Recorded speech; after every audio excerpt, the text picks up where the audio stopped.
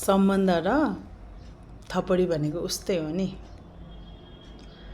जसरी दुई हातले थपडी बजाउँदाखेरि राम्रो आवाज सुनिन्छ, सेलिब्रेट गरिन्छ होइन, खुसीमा बजाइन्छ नि त होइन। सम्बन्धमा पनि दुईजनाकै इफोर्ट भयो भने चाहिँ सम्बन्ध एकदम सुमधुर हुन्छ, खुसी हुन्छ होइन, दुवैजना ह्याप्पी हुन्छ, सेलिब्रेट गरिन्छ होइन। एउटा हातले मात्रै पड्किने त गाला मात्रै हो, थप्पड मात्रै हो। त्यसै गरी सम्बन्धमा पनि एकतर्फी मात्रै इफोर्ट भयो भने त्यो सम्बन्ध राम्रो हुँदैन, सेलिब्रेट हुँदैन,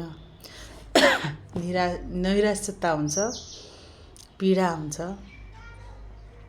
त्यही भएर सम्बन्धलाई पनि सेलिब्रेट गरौँ ताली पड्काए जस्तो गरी। नत्र एक हातले पड्किने भनेको त गाला मात्रै हो, पाउने भनेको थप्पड मात्रै हो र निष्कर्षमा पीडा मात्रै हो।